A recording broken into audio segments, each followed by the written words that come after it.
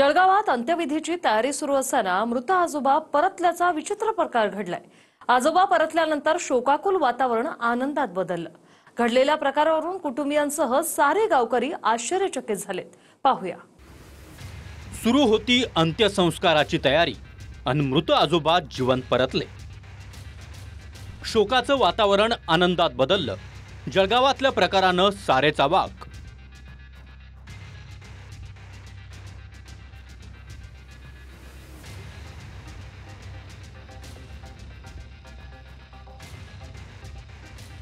जीवन आणि मृत्यू यात फारसं अंतर नाही, याचीच प्रचिती एका घटनेतून आली आहे।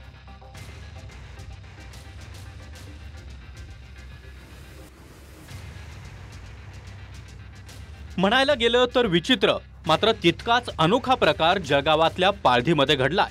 इथल्या घटनेमुळे संपूर्ण गाव क्षणार्धात शोकातून आनंदात न्हाऊन निघालं।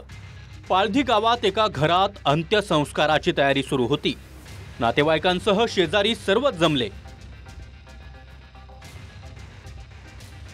पण त्याआधीच 65 वर्षीय मृत आजोबा घरी परतले आणि सर्वांनाच आश्चर्याचा धक्का बसला।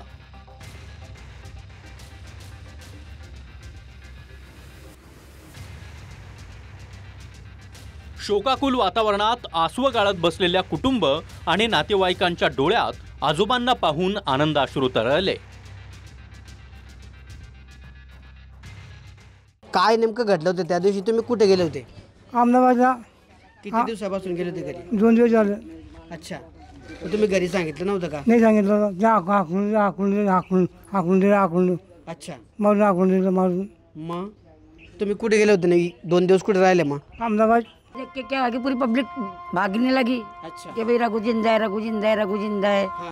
घरात अंत्यसंस्काराची तयारी सुरू असताना घरी आलेले रघुनाथ खैरनार गेल्या 4 दिवसांपासून बेपत्ता होते। शोध घेण्यास सुरुवात झाली, मात्र ते सापडले नाहीत। त्याचवेळी पाळधी गावात असणाऱ्या रेल्वे ट्रॅकजवळ एक अनोळखी मृतदेह आढळला।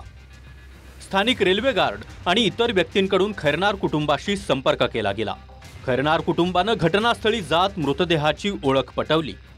मृतदेहाची शरीरयष्टी, अंगावरचे कपडे, चप्पल हे सगळंच सारखं असल्यामुळे कुटुंबियांना देखील हा आपलाच माणूस असल्याची खात्री पटली।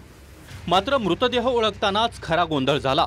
मृतदेह शवविच्छेदनासाठी पाठवताच दुसरीकडे गावात रघुनाथ खैरनार यांच्या अंत्यसंस्काराची तयारी सुरू झाली। त्यांचा मृत्यू झाल्याचं सर्व नातेवाईकांना कळवण्यात आलं। पाळधी गावात त्यांच्या अंत्यसंस्कारासाठी नातेवाईक आणि शेजारी पाजारी जमले आणि तितक्यात स्वतः रघुनाथ खैरनार पायी चालत आपल्या घरी येताना दिसले। हे दृश्य पाहून त्यांच्या अंत्यसंस्कारासाठी जमलेल्या नातेवाईकांना आणि गावकऱ्यांना एकच धक्का बसला। क्षणभर कुणालाच काही कळेना। डोळ्यासमोर आपल्या आजोबांचा मृतदेह समजून ठेवलेलं पार्थिव आणि त्याच क्षणी जिवंत आणि सुखरूप परतलेले आजोबा। हे नेमकं काय घडतंय याचा विचार करत सर्वजण अवाक झाले।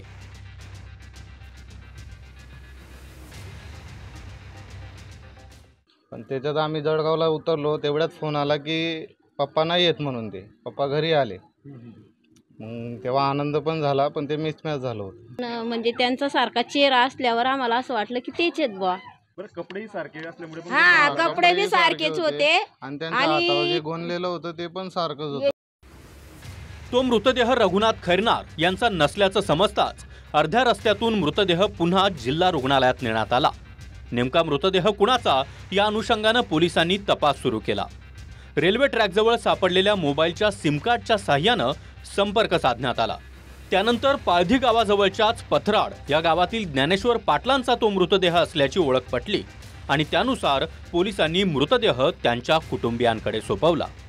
त्यांच्या नावाने जर आपण अंतिम संस्कार झाला असता तर त्यांनाही त्रास झाला असता, आम्हालाही त्रास झाला असता। मला ते मिसिंग म्हणून माझे पप्पाही सापडले नसते। त्यांनी मृतदेह ओळखण्यामध्ये चुकी कसं काय केली? मी माझ्या मिस्टरांची PM नंतर माझ्या मिस्टरांच्या नुसत्या हाताच्या नखावर त्यांची बॉडी ओळखली। पण आपल्या वडिलांचा मृतदेह इकडे तिकडे फिरत राहिल्यानं हेळसांड झाल्याचं म्हणत कुटुंबियांनी नाराजी व्यक्त केली। या प्रकारावरून नेमकी चूक कोणाची असा सवाल उपस्थित झालाय। मात्र खैरनार कुटुंबियांनी ओळख पटवल्यानंतरच मृतदेह त्यांना सोपवण्यात आल्याचं पोलिसांनी म्हटलंय।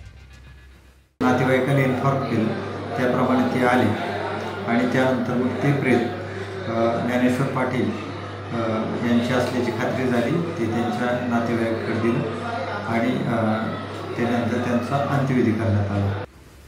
असाच काहीसा प्रकार बीडच्या अंबाजोगाईत देखील घडला. स्वामी रामानंद तीर्थ वैद्यकीय रुग्णालयात डॉक्टरांनी मृत घोषित केलेलं बाळ अंत्यसंस्कारावेळी चक्कर रडू लागलं. नवजात बाळाच्या आजीनं चेहरा पाहण्याचा अट्टाहास केल्यानं हा सगळा प्रकार समोर आलाय. या घटनेनंतर रुग्णालयातील डॉक्टरांचा निष्काळजीपणा चव्हाट्यावर आलाय.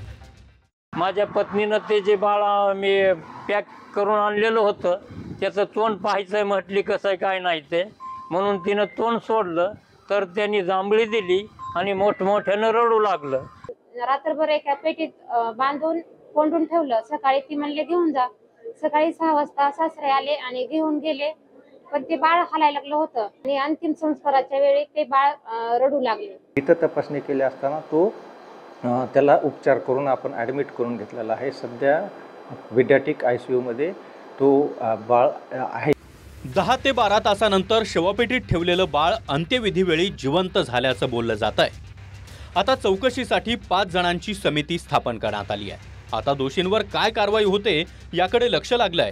मात्र जळगावातील खैरनार आजोबांची घटना असो किंवा या नवजात बाळाची, देवतारी त्याला कोण मारी असं म्हणतात, नेमकी त्याचीच प्रचिती या दोन्ही घटनांमधून आली आहे. किशोर पाटीलसह अशोक काळकुटे, TV9 मराठी.